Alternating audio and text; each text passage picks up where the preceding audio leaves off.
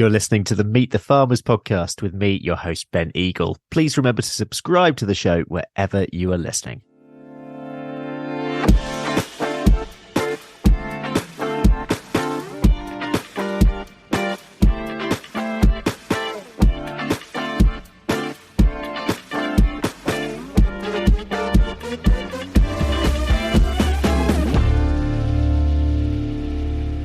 Hello, everyone, and welcome to episode 187 of the Meet the Farmers podcast with me, Ben Eagle. And yes, that was new music that you heard. I fancied a bit of a change again. So we've got a new logo and we've got some new music, but it is still the same old format. Today, I am heading to West Wales to speak to the only organic duck egg producer in the country, Josh Heyneke, who farms at Parc Carreg in Pembrokeshire. Josh and his wife Abi have 10 acres on which they keep 500 free-range organic ducks and a small flock of sheep, as well as a market garden, and they've also planted an orchard of blueberries. Which we'll hear a little bit more about today. Their duck breeds include khaki Campbells, dark Campbells, and a rare Welsh Harlequin. I know about the first one. I don't know anything about the other two. Their eggs are sold through Abel and Cole and local organic wholesalers. Josh is South African by birth, but moved to London to work in sales and project management, which is where he and Abi met. In 2017, they sold their London flat and quit their jobs to go farming. Abi had worked as a graphic designer and illustrator. Trying to make a living on just 10 acres, though, has proven immensely difficult, and the farm has recently struggled to turn a profit. Josh made a really hard-hitting film on YouTube called How to Fail at Farming, which I highly recommend you watch. You can find their YouTube channel by searching for Parc Carreg. They launched a crowdfunding campaign to keep them in business this winter, outlining their vision for the farm on another YouTube film.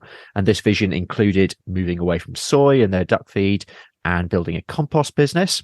The crowdfunder made £6,000 in just 3 days with donations from the UK and abroad, including Spain, Switzerland, the US, Puerto Rico, Indonesia, and South Africa, which in itself meant that Josh and Abi would see it through the winter. By Christmas, when they closed the campaign, donations sat at £8,500. Along with all other poultry farmers across the country, Josh and Abi's ducks have been in isolation due to avian flu throughout the winter. And by the sounds of his latest YouTube film, he and Abi have also been pretty ill this winter as well. Josh, that's enough from me. Welcome to Meet the Farmers. I hope that you and Abi are now slightly better. Yeah, thanks for that. Thanks for the intro. And yeah, we are both feeling much better. Our little one has just caught, literally as of yesterday, just caught another bug, and we are just bracing ourselves, hoping that this one we don't pick up too. But yeah, we're feeling better, thanks. And I am so looking forward to spring. Yeah, I bet you are. Super excited about spring and summer, to be honest. Yeah. Now, there's a lot in your story, and normally I'd start by asking you to tell me about where you are, tell me about Pembrokeshire, but I think that to understand your story, I think that listeners need to hear the context going all the way back. So I actually want to start asking really about you, I suppose, first of all, because as well as your farming story, this is the story of how a South African project manager and a graphic designer illustrator chose a life in farming. And it's also a story of how difficult a farming life can be at times. So take me back to South Africa, actually, and tell me how you ended up in London, first of all. Yeah, cool. So actually, I met Abi in was it 2004. After I finished school, I decided instead of going to uni, I decided to go and do a little bit of working in London and get a bit of experience. And I met Abi the very first day I arrived there. We spent some time together in London, and then I managed to convince Abi to come back with me to South Africa. Okay. We spent a number of years there, and she actually studied graphic design in Cape Town, South Africa. I was also studying that. I then finally decided to go and do sales and marketing, study that in Cape Town.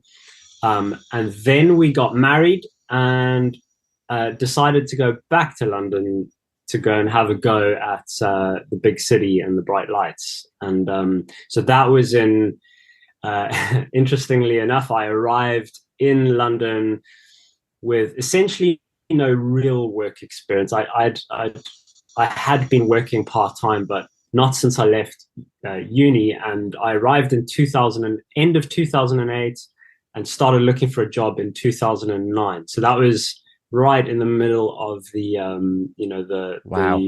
financial crisis. And, I had no contacts. I had no previous solid work experience. I also didn't really have a degree or anything that was recognized in the UK as like an official, certification. So I ended up getting an internship at a company that specialized in building software for mobile phones. But at that time, everybody was still using BlackBerries, and the iPhone was just a toy. Yeah, I remember that actually. Yeah, that was what people said. The iPhone was just a toy, and I had the first Android phone that was a little slidey uppy thing with a physical keyboard on it. Yep. And I joined this company at the time. They're called Tiger Spike as an intern. It was unpaid for a little while, and we were living off very little, but I really enjoyed working for that company. Really great bunch of people. And of course, at that time, then it was just the right time, because then things just absolutely took off. Like the iPhone suddenly just exploded in popularity. And people went from literally, I mean, if you think about how crazy it is, people went from literally like being absolutely evangelical about their BlackBerries, like they would never move away from BlackBerries. It went from that to being, within the next, I don't know how long it took, but 5 years, I guess, BlackBerry and Nokia folded. Yeah. Those companies no longer exist, which is just insane. So there was so much disruption in that industry at the time, and it was just the perfect time to join a company like that. So that's what I was doing in London. Abi was doing graphic design as a freelancer. And then eventually she got a little studio and she started focusing on her own artwork and illustration. And she got into sort of woodblock printing and was doing some great projects. Had a little exhibition in Brixton at one point, and we were living in Peckham. I love Peckham, and we really enjoyed our time in Peckham, South London. But it did get to the point after, I think it was about 8 years in London, where we started getting really itchy, like sitting in an office. Actually, for the last couple of years that I was in London, I was working from home and consulting, and I was working by myself at home. And interestingly, I think I got a taste of what everyone sort of felt during COVID, at that time. Okay. Go from a really like vibrant team of people in an office in central London, working on some really exciting stuff, to then working by myself at home behind a desk and not having that sort of... That was weirdly quite a good transition into farming. yeah. I mean, I think it was part of what motivated us to get out of London. But we always joked and dreamed about the fact that we were going to get really wealthy one day and retire and buy a farm. And that was kind of a running joke that we had for a while. But then eventually, as we started like examining our lives and what we really wanted out of life, we wanted to focus a lot more on health. We wanted to be more physical and do more physical work. One of the motivating things for getting into farming, believe it or not, was that we bought a little 1-bedroom flat in Peckham, and we had this massive long garden, because it was one of those terraced houses, but we actually had sole access to the garden at the bottom, and it was a huge garden, and it was a complete wreck when we bought the place. And we just got stuck into renovating that garden, and we loved it so much. Those things, looking for health, more physical work, getting involved in garden design, all of that stuff sort of got us down the rabbit hole of permaculture and, garden design, and then eventually farming. And so, we started seriously talking about, well, actually, instead of waiting to be old and no longer physically able to do the stuff before we want to like buy our big farm. Why don't we, like, what if we just started farming now? Like, what if we became farmers? And it all went from there, basically. So when you actively looking for farmland, sort of when you were there, how long did it take to actually take the leap and say, yeah, we're moving to Wales now? Yeah, it happened quite quick. So, well, we took a trip to South Africa because, the first problem we had was, although we owned this little one-bedroom flat in Peckham, which we planned to sell and then use that capital to then go and buy some land, that was obviously not going to be nearly enough in the UK to buy a piece of land with a house on it. So we were originally looking to go back to South Africa and farm there. And we took a trip back home, back to Cape Town, and we drove around and we looked at some land and we looked at prices. And, it's much cheaper. You can get a lot more for your money, especially when you're converting pounds to rands. But there was the issue of farm crime. And right. I came across the statistic, which was that you're twice as likely to be murdered as a white farmer in South Africa as a police officer in South Africa. And when I read that, I was like, wow, the statistics for police officers in South Africa are brutal, and it's up there with probably one of the most dangerous jobs in the world. So if I would be twice as likely to be murdered as a white farmer, then I was like, I can't justify taking Abi and potentially having a family in that situation. And then we started looking at Spain, because land is cheaper there, and that was actually the plan. So we actually sold our flat in London. We bought a camper van. The plan was to drive around the UK on a road trip and just have enjoy the UK a bit. And then the plan was to carry on into basically Europe and then move through France and get to Spain. Okay. And then somehow you ended up in Pembrokeshire, which isn't anywhere near on the way to Spain. Yeah. And wow, I'm so glad we did this for a number of reasons. But the primary reason we didn't even leave the UK was because literally it was about a week after we had locked up the flat, handed over the keys, got our camper van, gotten out of London, put our stuff in storage, and we were on the road and we were headed up to Scotland to go and see family, because I have family in Edinburgh. By the way, my dad is South African, my mother is Scottish, so I have ancestry, which is how I got into the UK originally. And so we were on our way up to Scotland to go and see some family, and about a week into our journey, Abi's legs started going numb. And it was super weird. Like she started off like bumping her head a lot, just being really clumsy and doing odd stuff. And we were kind of like, oh, it's weird getting in and out of a camper van. That must be new or something. And then her legs started going numb. And we were like, oh, this is weird. And we ended up seeing a specialist in Edinburgh and got an unofficial diagnosis at that point, because we were mobile and we got an unofficial diagnosis of multiple sclerosis. Oh my goodness. Abi had an MRI, and that was a real shock for us. Like, that must be we were tough. like super excited about this dream to go and start farming, and we had all this like energy to like get out there and get started, and then we got that diagnosis. And obviously, the outlook for someone with MS is mixed. Some people have quite healthy lives. Some people end up in wheelchairs, and it's just not. You just don't know what's going to happen. And I was like, wow. So we've committed to this life of going to become farmers now, and potentially, Abi might not physically be able to do it. So that really life is a funny road. Yeah, throws all sorts of curveballs at you, and so then we decided, what, like going to Spain, that's not such a great idea. We want to be closer to family. We want to be closer to the NHS. We we need to just sort of temper things a little bit here and not get too excited. So we decided we'd stay in the UK, but then we're left with the problem of, well, how do we afford to actually buy a farm if we've just sold our one-bedroom flat in London, which, property in London is valuable, but it wasn't enough for us to buy a house on a piece of farmland. Yeah.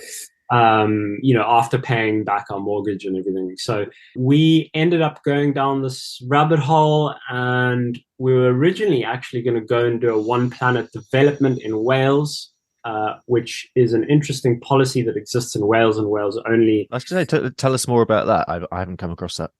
Yeah, so the one planet development is essentially, it's a Welsh policy that acknowledges the idea that, in first world countries, we are living, the way that we live means that if everyone in the world had to live that way, you would need, I can't remember, in the US and the UK, I think you would need like 5 planet Earths. If everybody in the world was going to live like the US and the UK. And so the idea behind the one planet policy is we all need to live within our sort of fair share, and we all need to live as if we've got one planet. For the first time since World War II, I think, when they introduced the Town and Country Planning Act, which separates farmland from residential land. Yep. For the first time since then, they've introduced this policy which says you would get permission to build a residential home on agricultural land as long as you went completely off-grid, you managed your own waste, you grew 70% of your own food. Yeah, you need to 70%. You have to generate your own energy, manage your own waste, and you have to grow 70% of your own food, and you have to set up a land-based business. Okay. Sorry, I'm pausing that because I'm intrigued on this. How do they know that that you're not going over the 70%? They monitor you theoretically, and you have to put in a report every year. So you have to put in a big application for your planning permission. Once you get your planning permission, you can go ahead with the project, and then you've got 5 years to actually achieve the objectives you've set up in your plan. Okay. And theoretically, if within 5 years you're not off-grid and you're not low impact and you're not they actually calculate your carbon footprint. And if you haven't met those objectives within 5 years, theoretically, they can then take away your permission. Wow. And you do annual reporting every year. So it's kind of like an accounting, tax return every year, but with carbon, basically. That meant that we could actually go and buy agricultural land at what is relatively cheap prices compared to if we were going to buy land with a house on it. And we could go about this planning application and build a home on there. And actually, now what I know now is that it doesn't really work out any cheaper, because by the time you've tried to set up a farm and a business and built a home, realistic, of course, there are people out there who have managed to do it all for very cheap. But building a modern home that's really going to last and not require a lot of faffing around, and there's all sorts of ways to build a home, and that was quite inspiring actually when we came on this journey. We're like, do you know what? It is possible for you to build your own home. We came to Wales with this plan. We were very keen. The first place we looked at, 10 acres, we bought. First place we looked at. We found it on Facebook, through Facebook. Locally here, people advertised it on Facebook. We found it, we bought it. It was the first place we looked at. It did tick a lot of boxes. In hindsight, I don't regret the purchase at all. It was a good purchase. And we started trying to figure out, okay, what are we going to do here? Started looking at writing our application. And we were looking around and seeing at how much people were really struggling, and we ended up deciding, because an opportunity popped up, and there was an old Welsh cottage literally about 4 minutes walk from the fields that we purchased. It was derelict. It had been empty for 2 years. And so it was not mortgageable, and it was going to go on auction. And it came up for a very low sum of money. And we looked at that and we thought, you know what? we'd rather sort of live a bit rough in this place than try and build a home from scratch. And so we just decided, you know what, we're going to set up the farm business on the fields, and we're going to live in the cottage down the road. And that was a good decision, because our focus really, like our real goal was to become farm. We wanted to farm, we wanted to produce food, and you know, our primary goal was to be food producers. And we weren't really that keen on, you know, the classic thing when you move out to the countryside and you get a bit of land, you set up a B&B, a guest house, you start renting it out. That is the most sort of surefire way to like actually earn an income. But that wasn't what we were coming for. We really wanted to farm, and we wanted to farm regeneratively. You know, our initial interests and inspiration were around permaculture, and that sort of over time morphed into more regenerative agriculture, just because the permaculture world tends to be a lot less commercially focused, and regenerative agriculture was really looking at food production from a commercial point of view, and sort of that's where our interests were. So yeah, we wanted to farm specifically, and this setup allowed us to concentrate on the farming bit and not have to be distracted with the building the house bit. And okay, so why ducks? Did you know a thing about ducks before you started? Absolutely nothing. I mean, like literally, you know, we arrived there, we had these 10 acres, looking at 10 acres, was staring at the 10 acres and thinking, what on earth are we going to do? So I love the fact, because I didn't know that the land came before the business plan. I just naturally assumed that it would have gone the other way around, but yeah. Yes, and I don't recommend people do it this way around. Like, you know, we were really naive, and we were really gung-ho and full of excitement and youth and energy. And we just wanted to get started, and we didn't want to waste any time. So we just went after it, and we didn't actually, you know, we'd read books, we had seen things, we'd watched all the YouTube videos, we'd done all that stuff, but we didn't know exactly what our business plan was going to be. We just knew we were going to go and do it, whatever it was. I really don't recommend people do it that way around.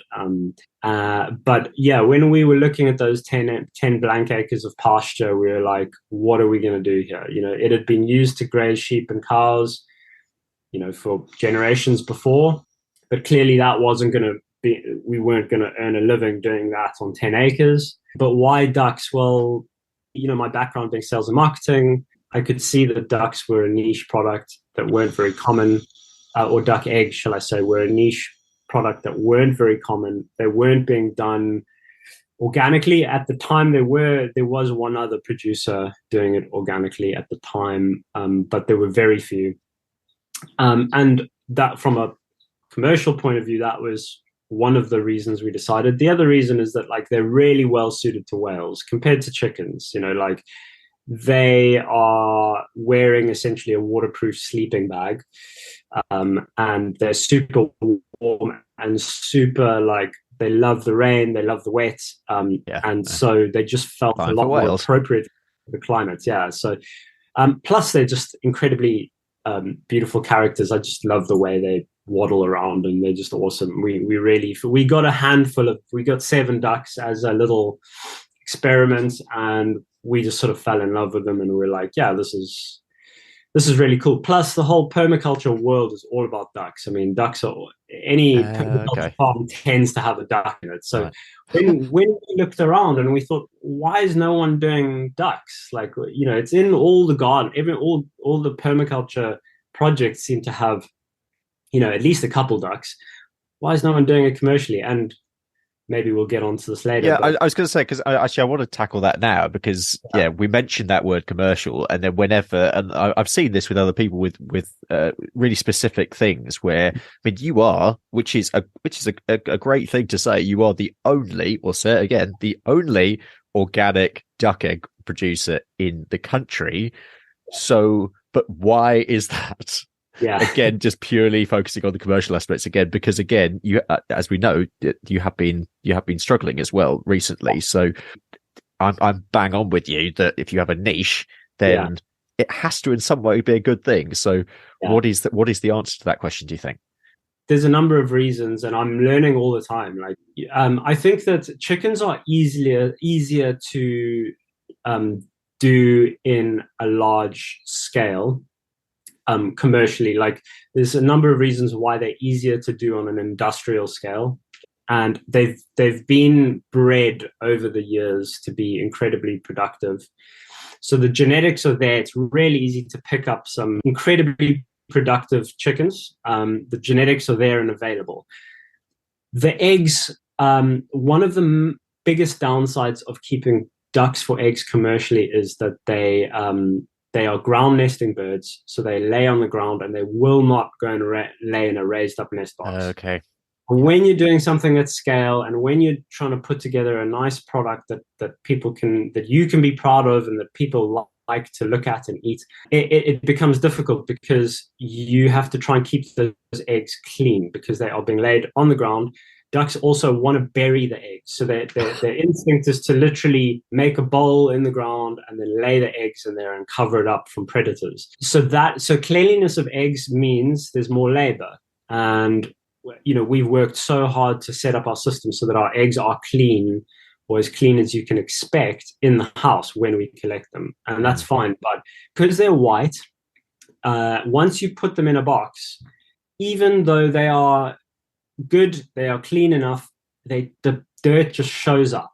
And when you open that box of eggs and you just see white eggs which have dirt on it, it's just, you can't really get around it. You have to wash them. The other problem with ducks is because of the fact that they lay on the ground, it means you've got to chuck a lot more litter and bedding at them, because you're trying to keep those eggs clean. The fact that we're trying to keep the eggs clean means we are throwing tons of bedding material into that duck house in order to make sure the eggs stay clean. It's a cost not only in the material we have to buy in, but in the labor and the time in spreading that material, and then in the labor and the time in actually mucking out the house. So I mean, like, our ducks are producing like immense levels of litter. So those, I think, are some of the primary reasons why.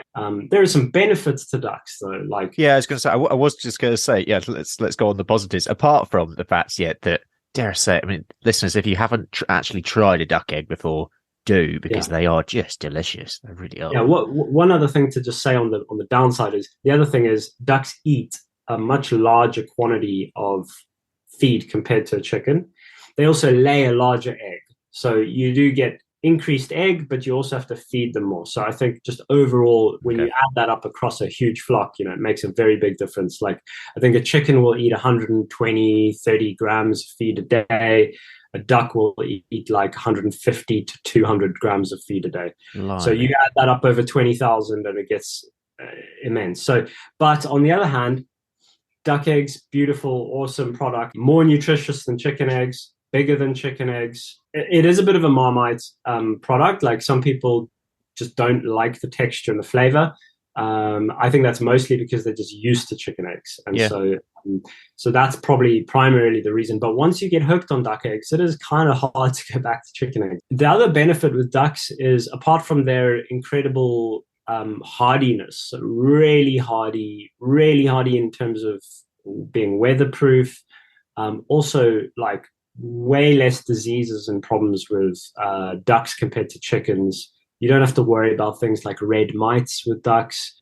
Yeah, I'm very conscious that we're talking a lot in negative here, but there are lots of positives in this story as well, which we'll get onto. But we're going to dive into a bit of a tougher time now as well. Last year, you did have a very tough time. I mean, I remember when we first met at Just Farmers Workshop last year.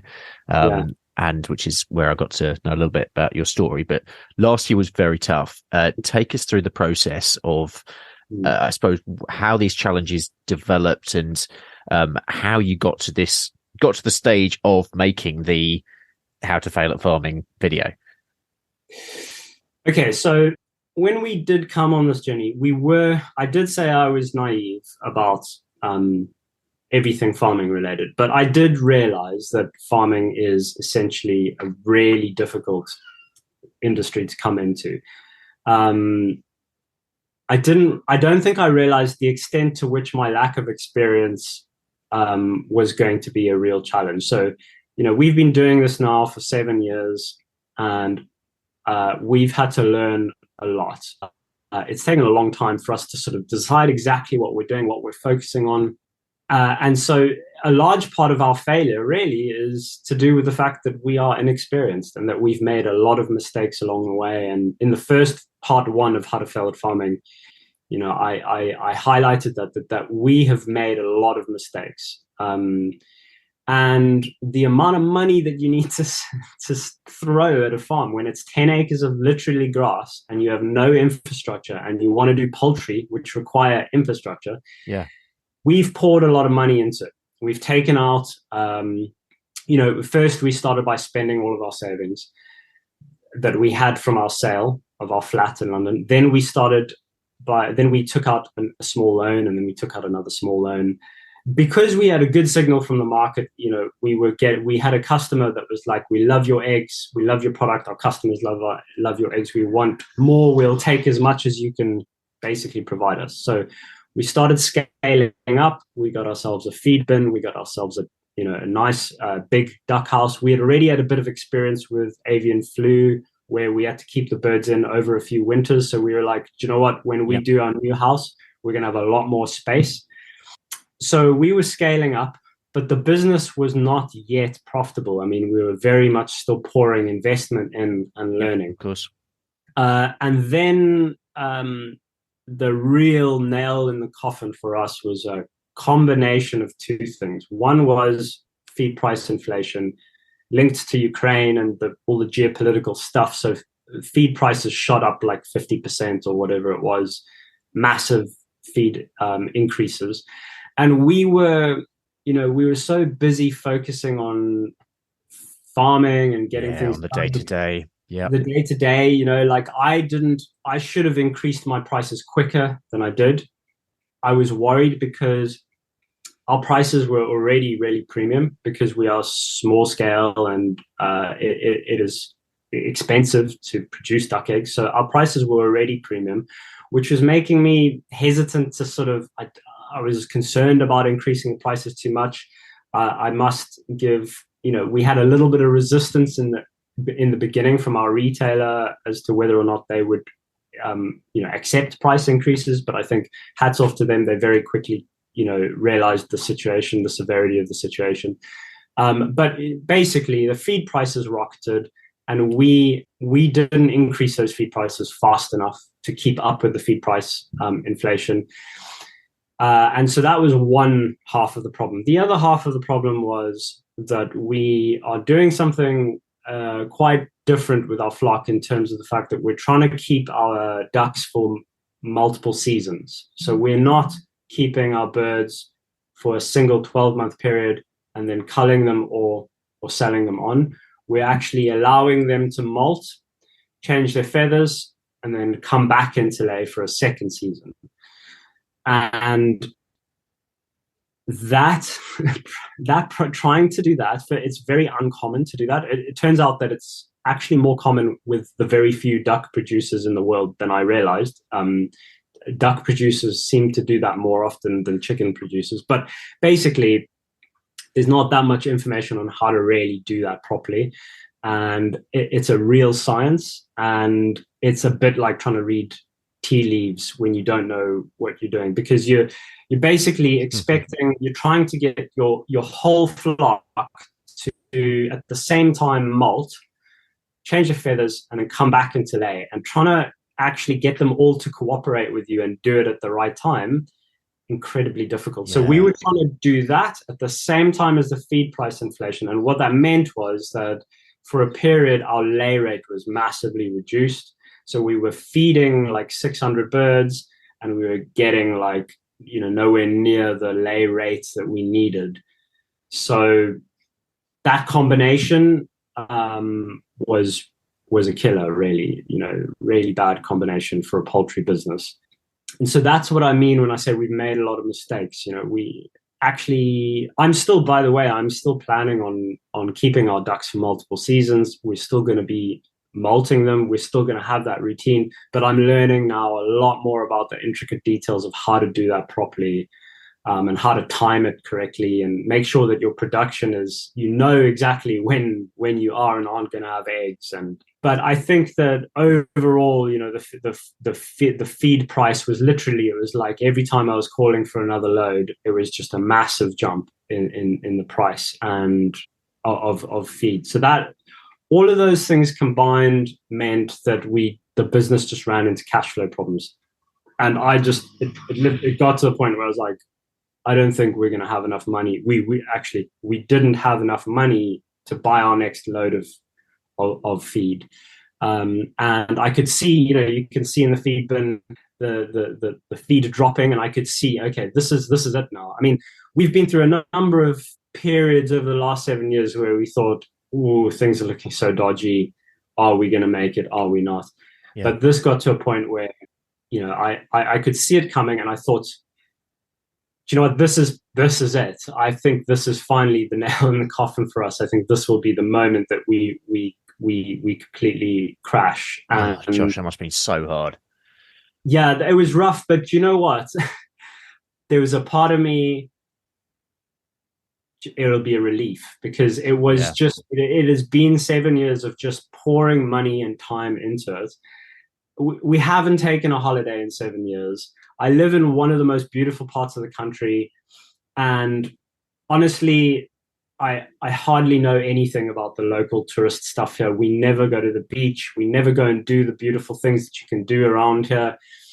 Our social lives have been massively impacted, and still is. Like we have some great friends around here who just never see us because we're just constant, because we can't afford to pay for the labor to actually get ourselves off the farm. Yeah.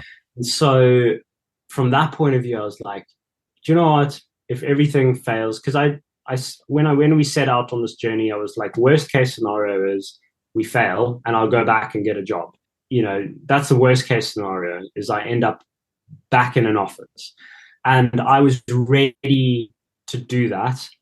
And I had this conversation. I speak a lot with my father-in-law, who's really great, and he's a really wise guy, and my father in Cape, who lives in Cape Town, and I had a lot of conversations with them about it. And I was like, I was speaking to my father-in-law, and I was like, my last hope is, we had actually been monetized on YouTube.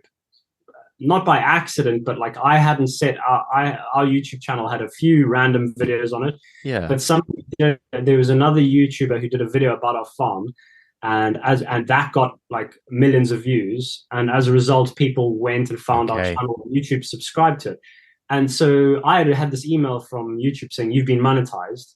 You just need to register and stuff. And I ignored it because I was too busy with the farm stuff to do anything about it. And when it got to this point where the whole thing was going to collapse, I thought, Josh, you idiot, maybe if you had actually spent a bit of time working on YouTube, you could have started earning an income from content production on YouTube, because so many people would love to be monetized and have that opportunity, and you've not used it. So that How to Fail at Farming was like my last attempt to like sort of try and earn some money, because I thought, well, maybe I'll actually document the process of going bankrupt, and then I'll talk about what actually went wrong, and maybe I'll earn a bit of money on YouTube. But it was really just, I had no plan at that point to do a crowdfunder. That was not the plan originally. My plan was literally just see what I can do on YouTube. And this is literally because part of my frustration was that if you look on YouTube at alternative permaculture, regenerative agriculture, a lot of the stuff, there's a lot of inspirational content out there about how you can farm and you can do it, and it's all you need to do is do these things, be regenerative, and there's a lot of myths in that space about how to do it, I think, and that a lot of that is what motivated me and how we started. And I thought, but there's nobody really talking about the mistakes and the pitfalls in trying to do what we're doing. And so I thought, well, do you know what? That's another niche. That's actually a gap that needs to be filled. There's somebody being really honest about the fact that I've got this farm, and do you know what?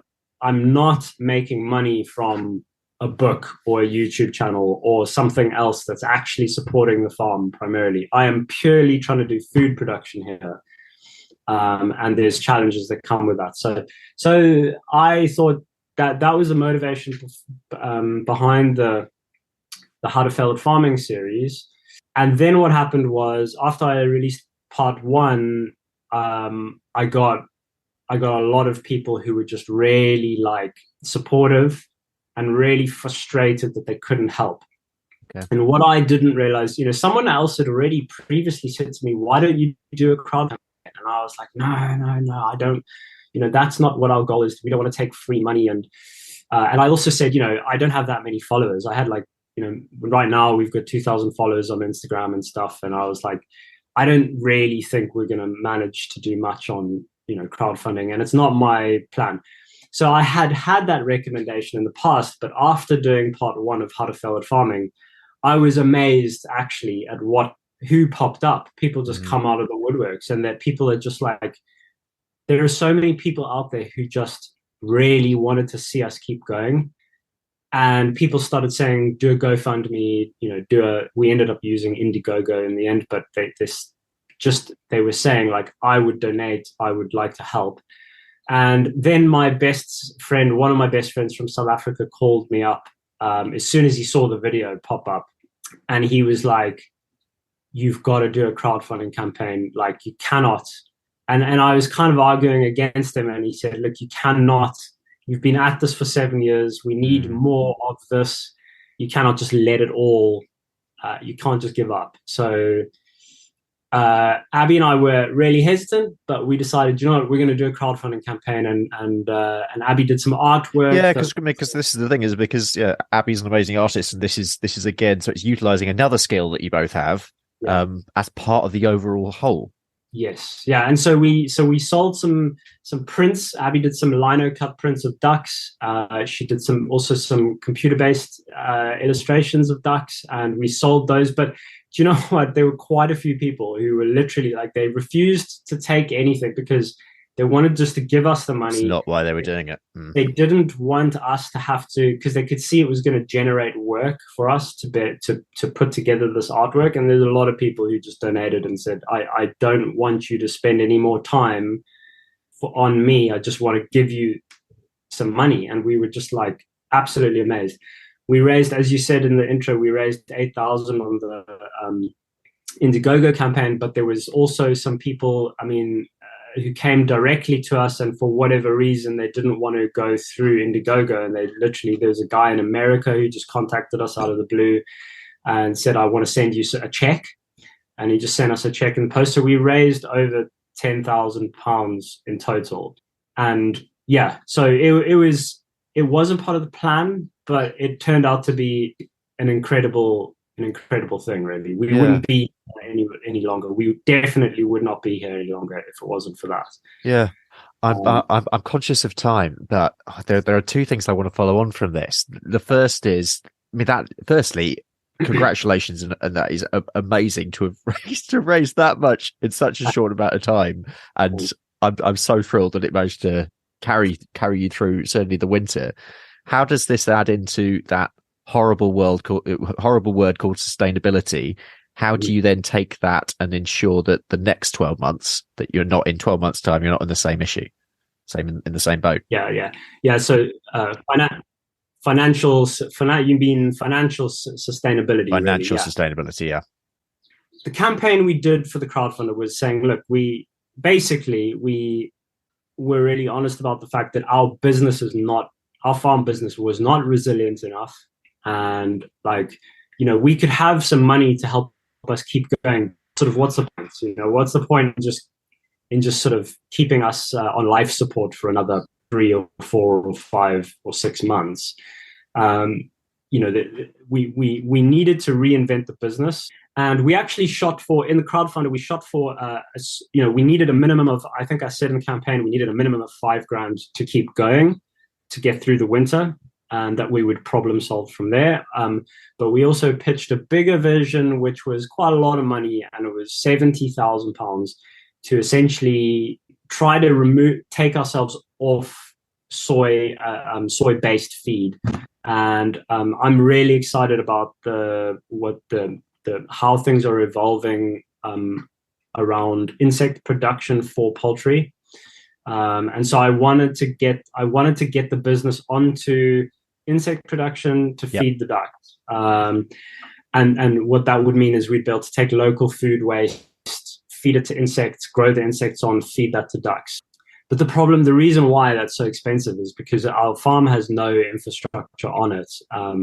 Really, we don't have mains electric, we don't have a yard, we don't have a barn, we have one piece of concrete which is under our feed bin, but we don't have a nice hard surface anywhere for machinery so that's why, to do that, we needed a much larger sum of money. And at that time, I was kind of, all bets were off as to what happened next. And I was thinking big and about the vision for the farm. And I was like, well, if the crowdfunding campaign does that well, this is what we would do. It didn't do that well, but it did better than I actually didn't expect it to get up to that figure, but I also didn't expect it to get to £10,000. So as a result, we're not yet able to go and do the insect production. That is my dream for the future. But the other part of my pitch in that crowdfunding campaign was that the next business idea that we've got is to get into compost production, specifically vermicompost, and breeding and producing worms. And so that is now our big focus now, because the money that we've gotten has given us enough of a runway and investments to actually kickstart that compost business. And that is potentially where we're going to get cash flow from and become more financially resilient moving forward. And hopefully we can move towards the insect production in the future. So yeah, now the business is now looking towards producing compost, and just circling back to what I was talking about in regards to the ducks and the negative points of the ducks in terms of how much litter they produce and how much labor it is involved in spreading that bedding for them and mucking out the house. That is now our opportunity. So that was a real problem. I was going to say, it's amazing, isn't it? How I've grown to believe that there are always two ways of seeing everything. Yes. And sometimes when you just flip something on its head, 9 times out of 10, this might not work, but sometimes there is an opportunity where you've got a challenge. I think that's a great example. Yes, and it takes jobs that we had to do already. We had to muck out, we had to spread that bedding, we had to spread a lot of bedding, we had to buy the bedding. So those are jobs we have to do already. But with a little bit of planning and reorganization of things, we can turn that into a super high quality organic fertilizer. In the introduction, you mentioned that we had a market garden, and we've never been market gardeners, but we have done veg production, and we have referred to it as a market garden in the past and been producing veg. But in the process of failing, in the process of potentially going bankrupt, it made me realize that we needed to focus our activity and our energy on the farm. And so that is why we have massively scaled down our flock of sheep, and we have stopped doing any veg production on the farm at all.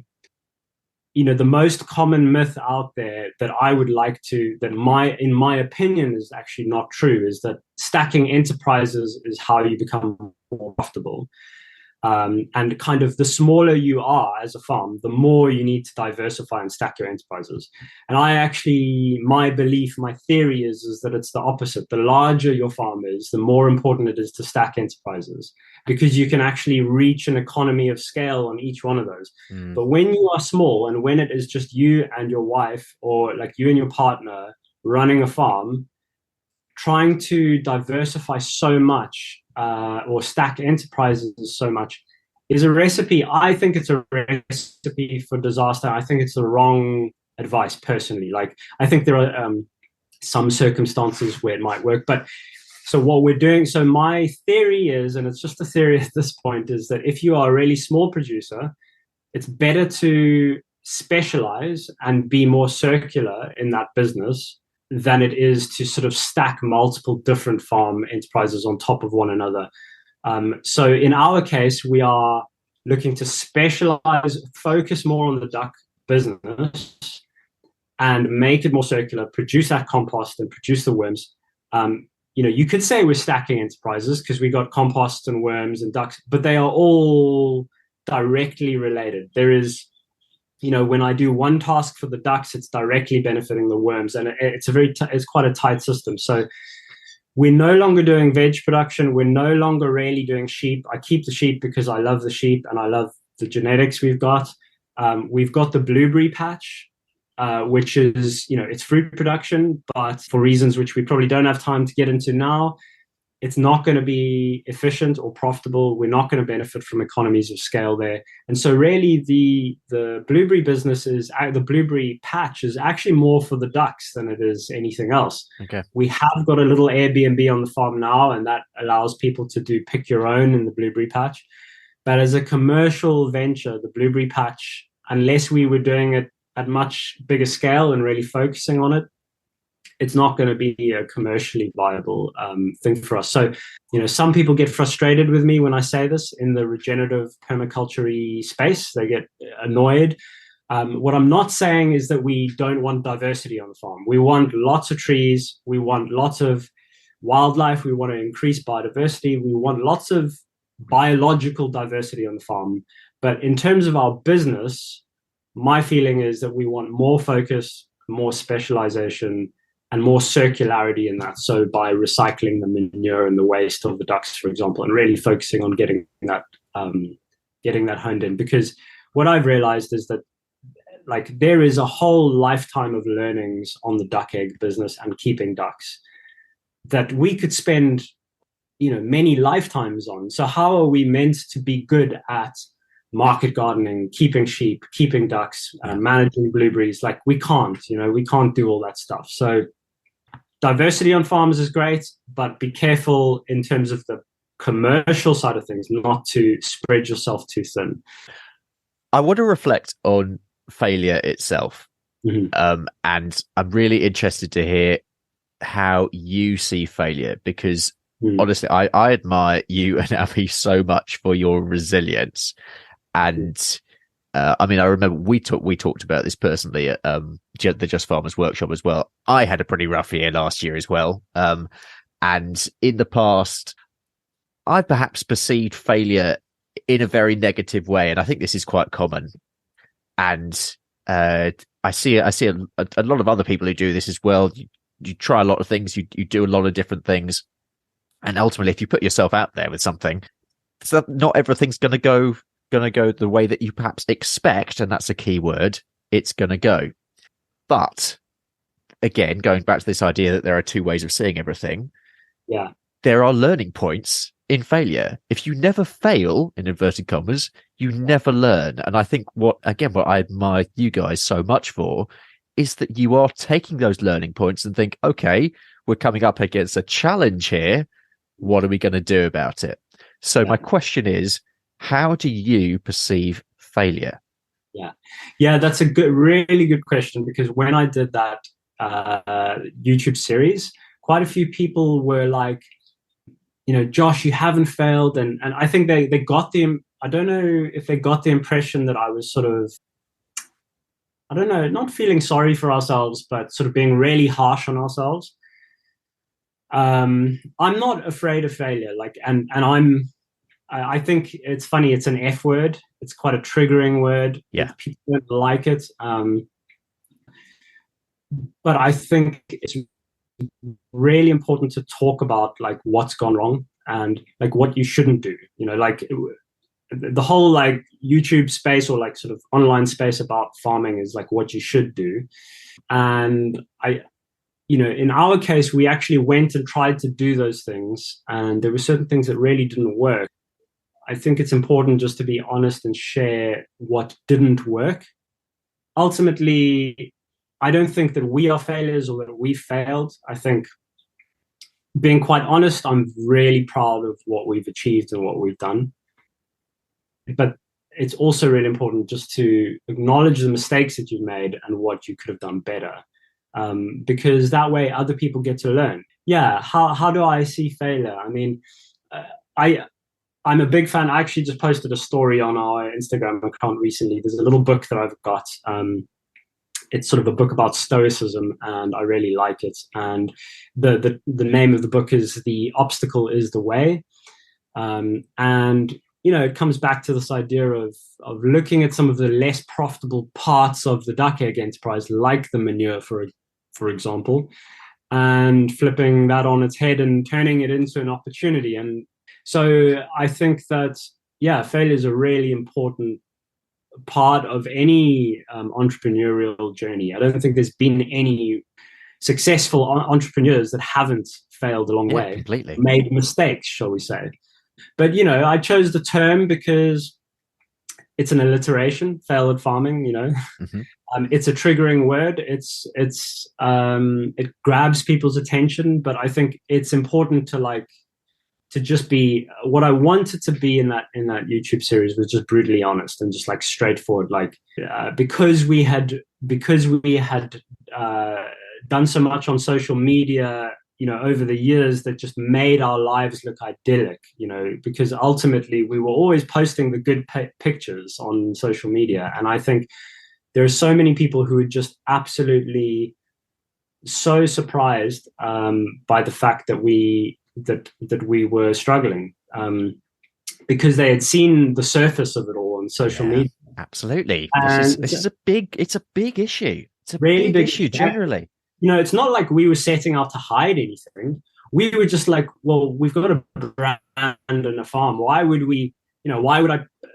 I post a picture of a dead sheep? I'm just going to get a sheep lying dead in the field or something. Obviously we've had lots of challenges on the farm but why would I do that? I mean, it wasn't that we were setting out to hide anything about the farm. It's just naturally what happens when you're doing social media. You're posting all the good stuff. There are a bunch of people, to be honest with you, just didn't believe that we were actually failing. Like, what I mean by that is I had a number of people contact me, some really some close friends and mentors of mine, being like, but Josh, this was just a marketing thing, right? Like, you guys are totally fine. You're doing this because this is your plan, right? Just tell me straight, because they know me very well. And I was like, no, seriously, we are about reality. to go back. And a lot of people just don't believe it. They look at the farm and what we're doing, and they think we are minted and doing really well. And it's not the case. Yeah, fascinating. And I think generally, I mean, we could go off on a massive tangent here, but I think again that relates to how farming and farmers are perceived. There's a big issue, I think, of perception when it comes to farming comms, actually, and it's partly our job to break through this. But when the public think about farming at large, and this goes right the way back to what you're told when you're young, how you or what you're not told when you're young. I was having this conversation on the last episode, actually, with Luke about farming in schools and farming education. But yeah, there is this perception of who a farmer is, what a farmer does, this idyllic rural lifestyle. And yeah, don't get me wrong, there are some amazing pluses. And there's huge diversity amongst the industry as well. There are people who do well, there are people who are struggling at any time, and that's the same in any line, in any sort of enterprise and any business.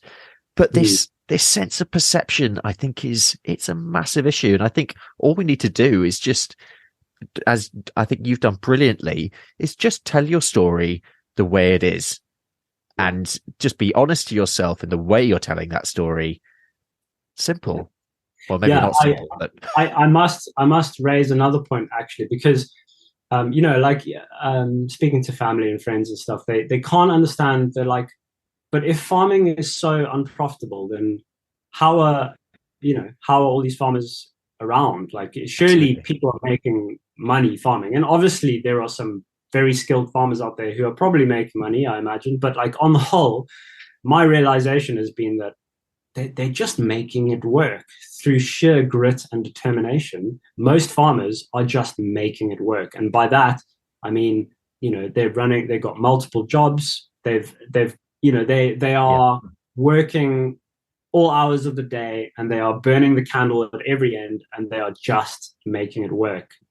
And I've just got so much respect for the farming community on all ends of the spectrum, from conventional all the way to the other end. And like, because they are the most hardworking and determined people that I've met. I don't think people realize out in the non-farming community, like how much farmers sacrifice for this life. To be able to stand out in the field on a sunny day, there's a lot of sacrifice behind that. One other thing I just remembered I wanted to say in regards to your question, how I define or how I see failure. One of the important points to make is that we specifically had this goal to make 100% of our living full-time on the farm on 10 acres producing food. That was our what I now know, really unrealistic goal. Yeah, absolutely. This is so key. Yeah. So set the expectation. I was told when I arrived that it is impossible. Josh, you will not earn a living on 10 acres producing food. Just not possible. And I was told by two different farmers on two different occasions, there's a common saying around here, they arrive in their fancy cars and they leave on their bicycles. And man, that was nearly true for us. Like, you know, without the support of people in that crowdfunding campaign, that would have been us. And I think what we've realized now is that it was unrealistic to expect to be able to do this, especially with no experience or background in farming. It was completely unrealistic. And so, you know, now we do have a little Airbnb on the farm, one shepherd's hut. And I actually consider the compost business somewhat non-agricultural. You know, when I sell that compost, I have to charge VAT on it. And so by, you know, strictly definition wise, I think that would be classed as non-agricultural. It's as close as I can get to something that I feel is agricultural that technically isn't agricultural. It's not food. You can't eat it.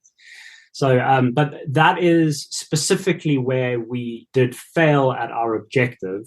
In the long term, hopefully we'll be financially okay, but, you know, we'll be looking for alternative sources of income to support the farm, which is what I think so many farmers have to do. Yeah. Josh, it's been so great talking to you, but we're going to wrap things up now. I've got the questions which I ask everyone at the end of the show. The first is, Josh, your message for the public. What is it? Support farmers. Just support farmers of all types. I've got so much respect for we came into this with all the ideals of being 100% organic regenerative. And all I can say is we just need every single farmer that we've got, whether they're conventional or not. We need more farmers and more young farmers. So support your farmers in whatever way you can, and complain to the supermarket about the egg prices. Johan will be happy you've said that. Yes. And your message for farmers? Hang in there, and just hats off to all of you guys who've been doing this for so many generations. I'm the first generation in our family, although my Afrikaans background a few generations ago, we would have had farmers in the family. But yeah, hats off to all of you guys for surviving so well, and hang in there and make sure don't hide how much you're struggling. You know, talk about it. Mental health is really tough in the farming sector. I think it's the worst of all industries, and I think it's really important for all farmers just to come out and say when they are struggling and talk to people about it, because you'll be amazed at the support that exists out there for you. I was. Hang in there. Brilliant. And finally, how do people follow you? Obviously, they can go to your YouTube channel as well, which I highly recommend. Yeah, at Parc Carreg. That's Parc Carreg with C's, PARC, CARREG. And we're on YouTube, we're on Instagram, we're on Facebook, we're on TikTok. We're on, not really, but we've just tried to do all of it on YouTube. We will just be continuing to share the journey of trying to make a living on our 10 acres. And so if you're interested, definitely subscribe to us on YouTube and follow along. Our future is by no means certain. We are still very much in dangerous waters, and we're taking every day as it comes. Yeah, good luck from me to both you and Abby. Yeah, I hope that your year ahead isn't quite as bumpy as last year, but like you say, lots of challenges ahead. But this has been a real lesson in resilience, this episode. So thank you so much for telling your story. Thanks, Ben, and thanks for all you're doing and talking to farmers and spreading the word. Thank you. Oh, thanks, Josh. That is it for today. If you haven't already, please do subscribe to the show wherever you're listening. Please also do leave us a review on Apple Podcasts or Spotify. I can't tell you how much difference that makes in helping more people know about the podcast. Next week, I will be in Suffolk. I am visiting Sarah Langford on her farm. I'm sure that many of you will know Sarah's book released last year called Rooted, and on the Rural Business Focus podcast this week, talking about networking with Millie Fife. If you haven't already discovered Rural Business Focus, please do go over and give that a listen wherever you're listening to this podcast. It's designed to help anyone who runs a rural business of any type to be their very best. And we've got episodes on everything from skills sessions to interviews with industry leaders and some mindset and motivation episodes too. That's the general idea behind it. Please see the show notes for more information and for any links mentioned today, along with more information about Parc Carreg. For now, though, I'm Ben Eagle. This has been Meet the Farmers. Thank you very much for joining us, and I hope you have a great week.